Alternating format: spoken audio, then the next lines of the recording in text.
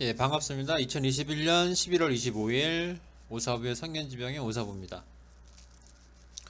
예, 오늘 시장도 약한 모습으로 좀 마감이 됐어요. 코스피 시장은 0.47% 하락이 나왔고 코스닥 시장은 0.44% 하락이 나왔습니다.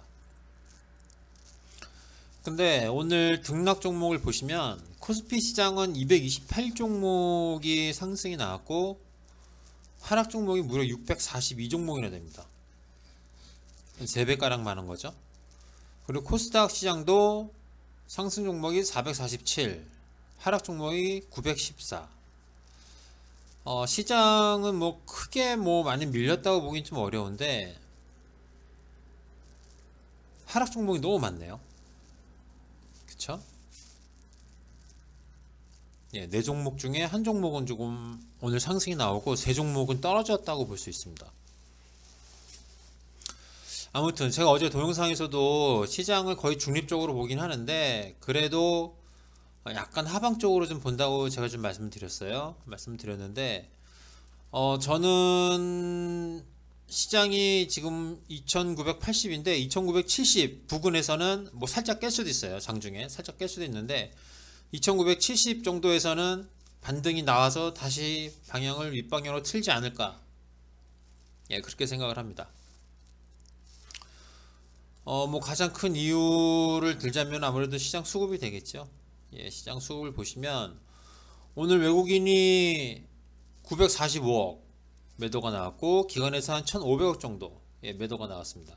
물론 요 매도가 적은 물량은 아니에요. 적은 물량은 아닌데 금융투자 쪽에서 매도가 확 줄었죠. 627억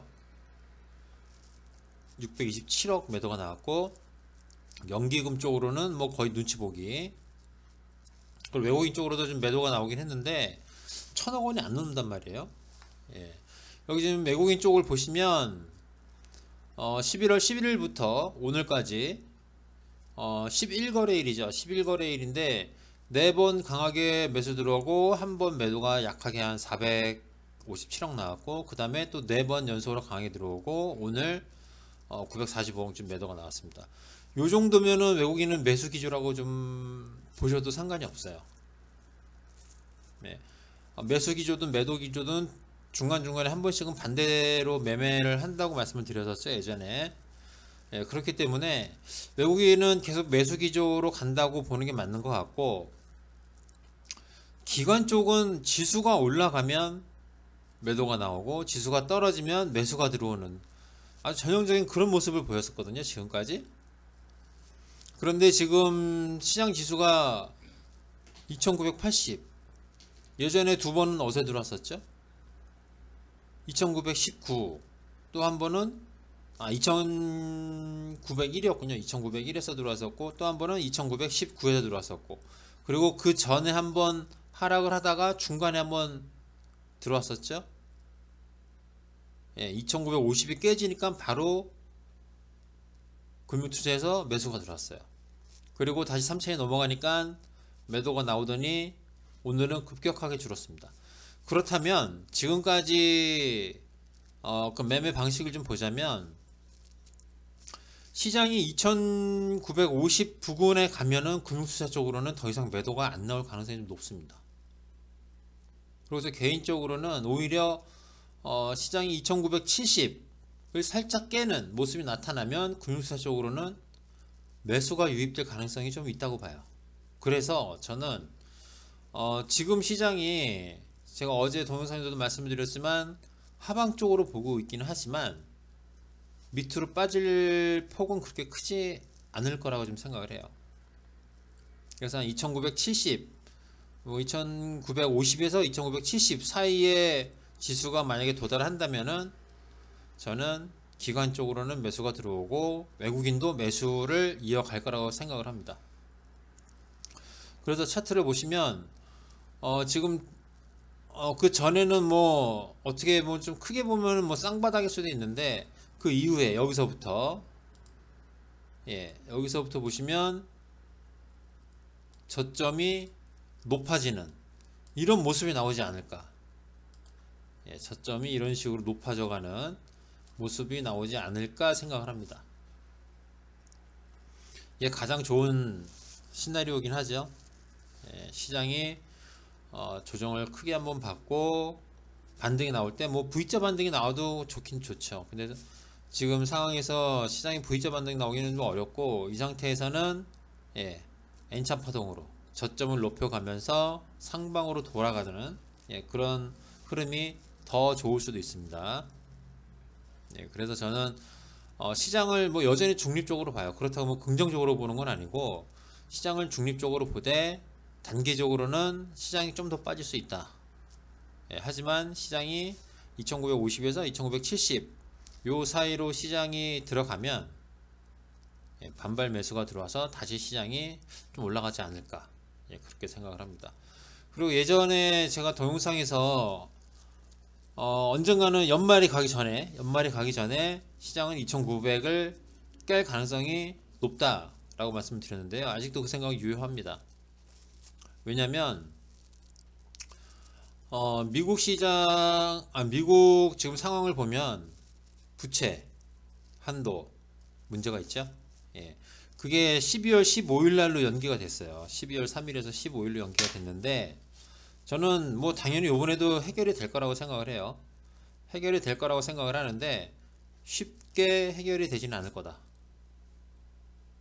그렇게 생각을 합니다. 그래가지고 결과적으로는 뭐 부채 한도를 높인다거나 아니면은 뭐 더 연장 쪽은 좀 가능성이 좀 낮다고 봐요. 연말이기 때문에 연장 쪽은 가능성이 좀 낮을 것 같고, 부채 한도를 좀 상향하는 쪽으로, 그런 쪽으로 좀 결론이 나지 않을까, 그렇게 생각을 하는데, 요 과정에서 분명히 잡음이 발생을 하겠죠. 민주당이랑 공화당이랑. 그러면은 그때 한번 미국 시장이 출렁거리면서 우리 시장도 순간적으로 2900을 한번 깨지 않을까, 그렇게 생각을 해요. 그래서 제가 12월 5일에서 10일 아니면은 뭐 14일까지 될 수도 있겠죠. 12월 10일에서 14일 요 정도에서는 한번 시장이 한번 크게 한번 순간적으로 좀 출렁거리지 않을까, 그렇게 생각을 합니다.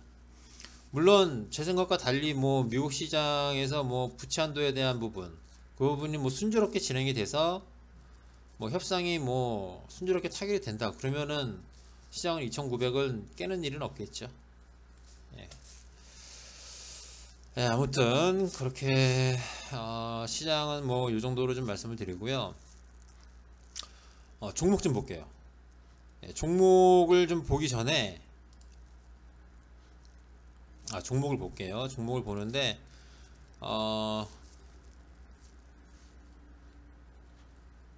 명신산업부터 보겠습니다. 명신산업을 보시면 오늘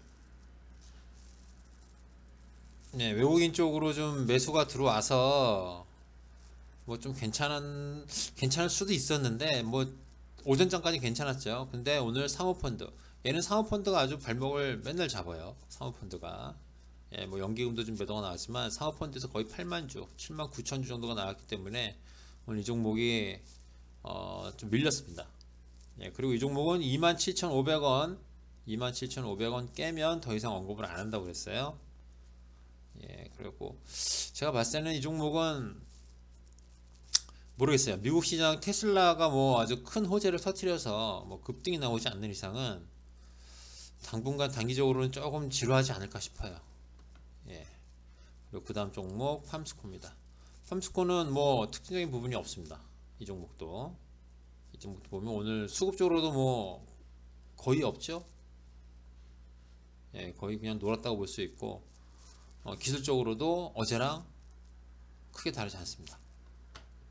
통과를 하고, 그 다음 종목은 SL이 오늘 다시 외국인이 매수가 들어오면서 2%대 상승이 나왔어요. 뭐 장중에는 뭐 4%대까지 상승이 나왔었는데, 이 종목은 기관 쪽은 크게 기대해 볼 만한 게 없어요. 기관 쪽은 크게 기대해 볼 만한 게 없는데, 외국인 쪽으로 매수가 좀 꾸준히 들어와 줘야 됩니다.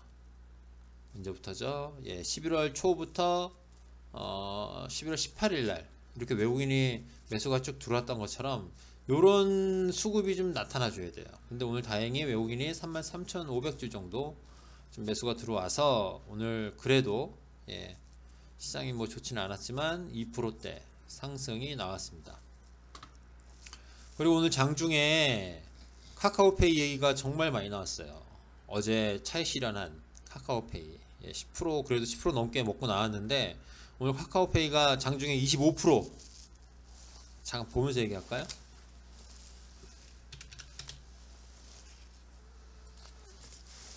장중에 25%까지 진짜 폭등이 나왔었죠. 폭등이 나오고 윗꼬리 달면서 18%에서 지금 마감이 됐는데, 제가 어제 동영상에서 팔고 나서 살짝 후회를 했다고 그랬죠. 팔고 나서 살짝 후회를 했다고 말씀을 드렸고, 혹시나 이 종목을 갖고 계신 분들은 좀 더 가져가셔도 된다 그렇게 말씀을 드렸는데요. 오늘 외국인이 12만 주, 기관이 20만 주 넘게 지금 매수가 들어왔습니다. 특히 연기금 쪽에서 엄청나게 매수가 들어오죠. 그리고 원래 계획대로 했으면은 저번 주에 파는 게 맞다라고, 다음 주에 파는 게 맞다라고까지 어제 방송에서 말씀을 드렸는데, 시장이 못 가면 이 종목도 좀 못 가지 않을까 싶어서. 그리고 어차피 카카오페이는 코스피 200에 편입이 된다는 거는 뭐 누구나 알고 있는 사실이었죠. 어제 발표가 장 끝나고 나서 나왔었는데, 그 전에도 카카오페이가 확정된 건 아니지만 카카오페이가 코스피 200에 들어갈 거란 거는 뭐 누구나 다 쉽게 예상을 할 수 있는 부분이었는데, 그게 어제 장 끝나고 나서 카카오페이가 코스피 200에 편입이 됐고, 오늘 한 2% 정도 떠서 시작을 했는데 보합까지 떨어졌습니다. 보합까지 떨어졌다가 다시 쭉쭉쭉 치고 올라갔었죠. 그러니까 이 종목에 대해서는 좀 아쉬움이 많아요. 장이 좀 어느 정도만 뭐 됐었어도 이 종목은 어제 안 팔고 다음 주쯤에 좀 매도를 하지 않았을까라는 생각이 드는데, 뭐 어쩔 수 없습니다. 이렇게 올라갈 줄은 몰랐어요. 이렇게 막 18% 장중에 25%까지 그렇게 급등이 나올 줄은 모르고 어제 좀 팔았는데요. 그 부분에 대해서는 뭐 저희 쪽 분들에게는 죄송한 마음이 있습니다.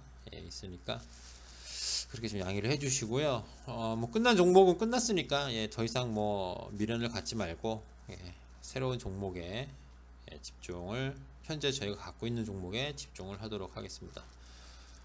시장이 뭐 최근 들어서 뭐 그렇게 좋은 모습은 아니에요. 어제도 떨어졌었고, 그제는 올랐었나요? 생각이 안 나네요. 그제도 떨어졌네요. 3일 연속으로 지금 음봉이 나왔는데요. 너무 부정적으로는 생각하지 않으셨으면 좋겠어요. 시장 전체적으로 지금 봤을 때 부정적이지도 않고 긍정적이지도 않습니다. 물론 뭐 시장 내용을 들여다보면 뭐 시장 하락하는 것보다 하락 종목이 훨씬 더 많고, 오히려 시장이 상승했을 때도 하락 종목이 더 많았었죠. 그랬고 실질적으로 매매하기는 상당히 좀 까다로운 시장이긴 한데, 그래도 시장을 너무 부정적으로 보지 마십시오. 제가 웬만하면 좀 긍정적으로 보는 스타일이긴 한데, 지금은 뭐 좋지도 않고 나쁘지도 않은 시장이니까 조만간 좋은 날이 오겠죠. 힘들 내시고요. 저는 내일 이 시간에 다시 인사를 드리겠습니다. 감사합니다.